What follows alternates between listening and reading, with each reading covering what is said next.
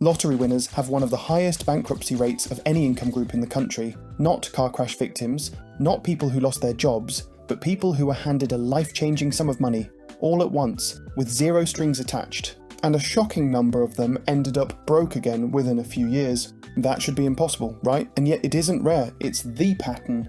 Here's the uncomfortable thing this pattern reveals. Money doesn't fix a build, it reveals one. Give someone more gold and you don't change how they play the game.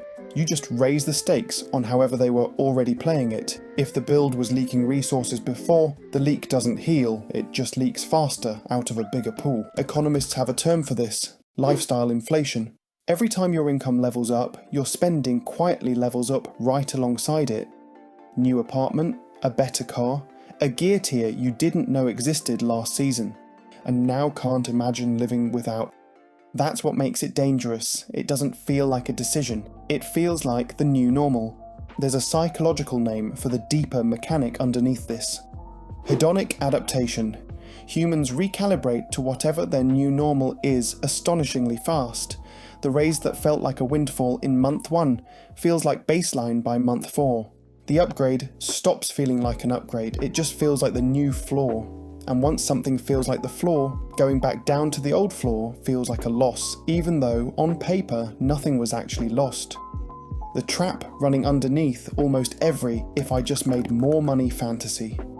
The fantasy assumes the goalposts stay still. They don't. They move with you. Let's make this concrete, because vague math doesn't convince anyone.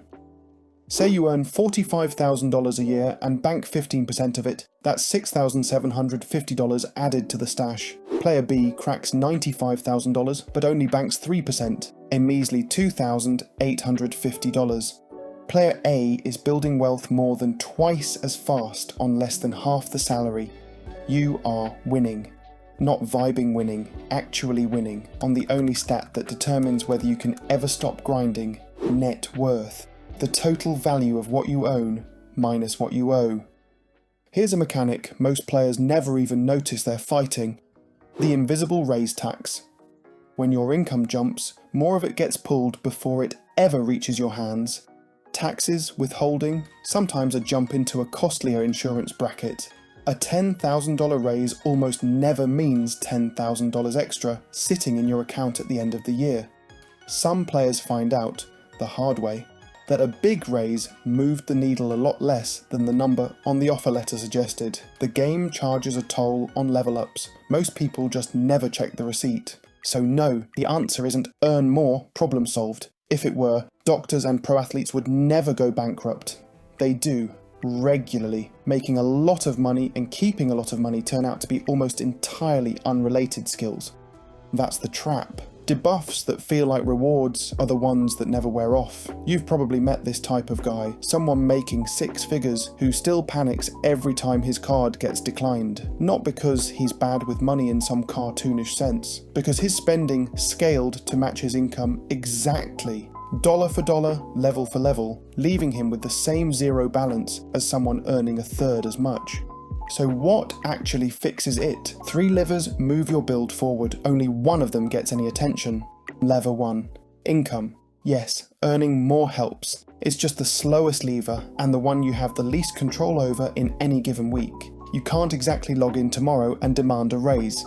Lever 2. Spending. This is where the actual game gets won or lost, not the income screen, the spending screen. Your savings rate, the percentage of income you keep instead of spend, matters more than your salary ever will.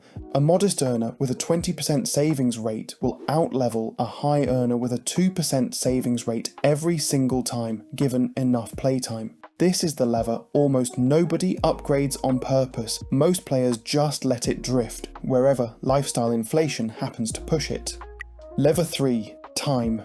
The one lever almost nobody respects, until it's too late to use. Money saved at 25 has decades to compound. Money saved at 45 has less than half as long to do the same job. Same dollar, wildly different outcome, depending entirely on when you deployed it. This is why the same $2,850 Player B banks this year is quietly worth less to their future than it would have been a decade earlier. The clock, not just the amount, is doing a huge share of the work.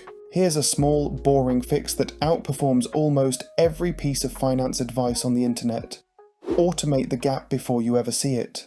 Set your savings to move the moment your paycheck lands, before rent, before groceries, before your brain gets a vote. Financial planners sometimes call this paying yourself first. It sounds almost too simple to matter, but it's one of the only tricks that reliably beats lifestyle inflation, because it removes the moment of temptation entirely. You can't accidentally upgrade your gear with gold that already left the account. Let me ask an uncomfortable follow-up question, and it's worth sitting with after this video ends. If your income doubled tomorrow, actually doubled, not hypothetically, would your spending double with it?